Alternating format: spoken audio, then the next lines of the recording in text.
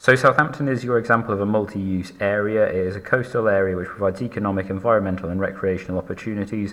This is an area for business development in coastal areas which creates jobs, and the physical environment provides an attractive place for people to go and live. Southampton has about 7% of the UK's trade going through it, and about 50% of all trade with the Middle East and Far East goes through Southampton. It's in the south of England. There are around 250,000 people living there. It's very well known for its regional shopping and as a container port.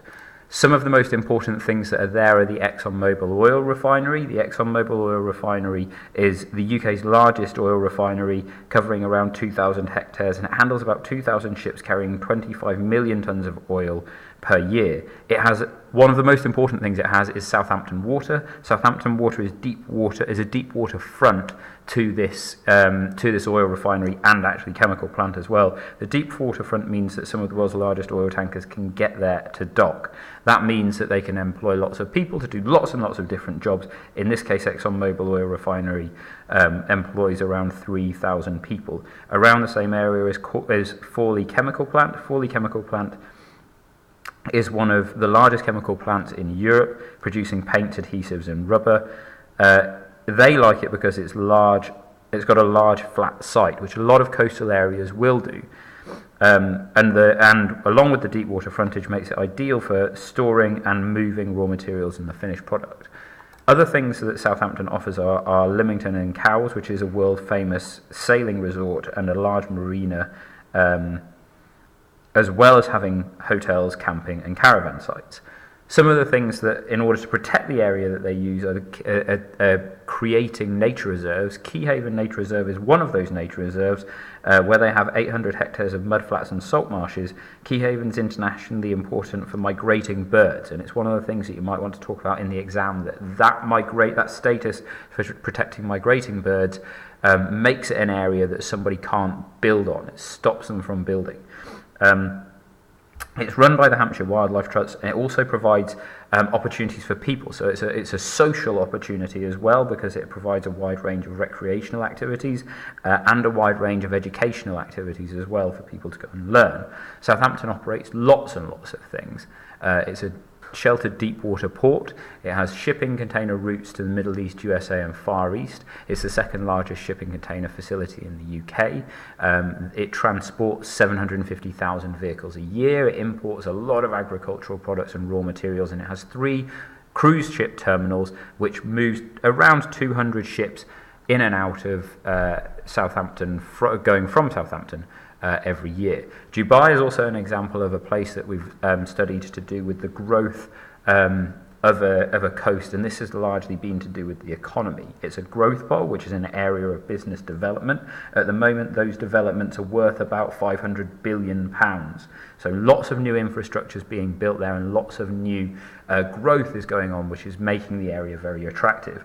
One of the centerpieces to that is the construction of the 3-palm island called Palm Jumeirah, along with the 300 islands that shape the Earth continents and solar system.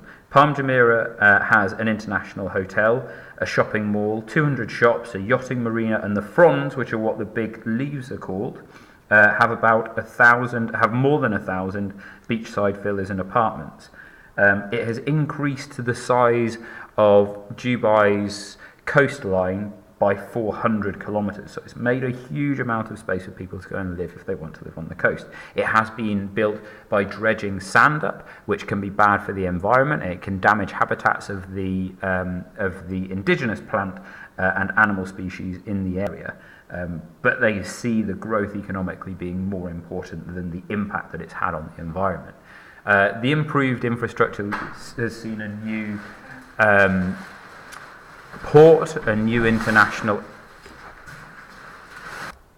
airport, which provides duty-free shopping. There are 11 kilometres of coastal strip which have international hotels, resorts and marinas. There's Dubailand with 24 theme parks and shopping malls.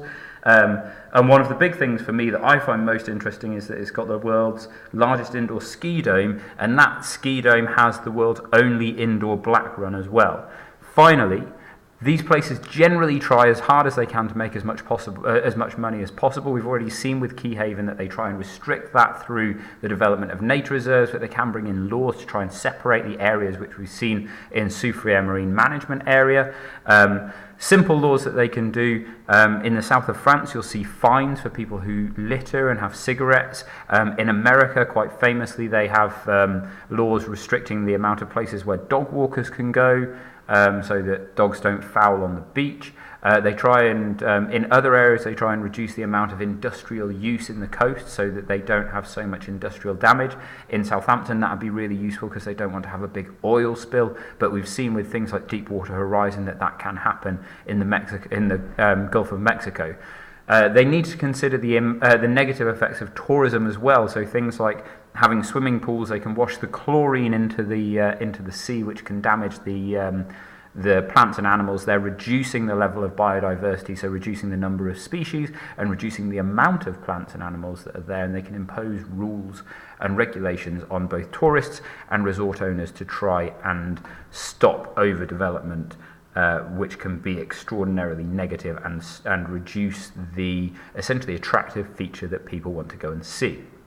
One of the ways that they can do that is by encouraging sustainable tourism, and that's through the development of eco-resorts. The one that we learned about in class was Bahia in Brazil, or Praia do Forte, which was Brazil's first eco-resort. This is in a place called Sauípe. In Sauípe, they have 300 days of sunshine, which provides a huge opportunity for people to go and take part in a lot of activities. A lot of people will go there for sunbathing and for a relaxing package holiday. Other people will go there to take advantage of the 18-hole championship golf course. There are lots of things there, like 2 or 3 bedroom apartments. There's 24-hour security. They have a huge investment of $400 million to try and make large hotels and resorts there that are also a little bit more eco-friendly, and they aren't going to damage the environment quite as much. All of this is trying to have an impact on the people by improving the amount of money that goes to them and hopefully improving the living conditions of local people. This is called the Birnbouw program. And also they try and improve the environment by making sure that the aims of the development have the environment and conservation of the environment at its forefront.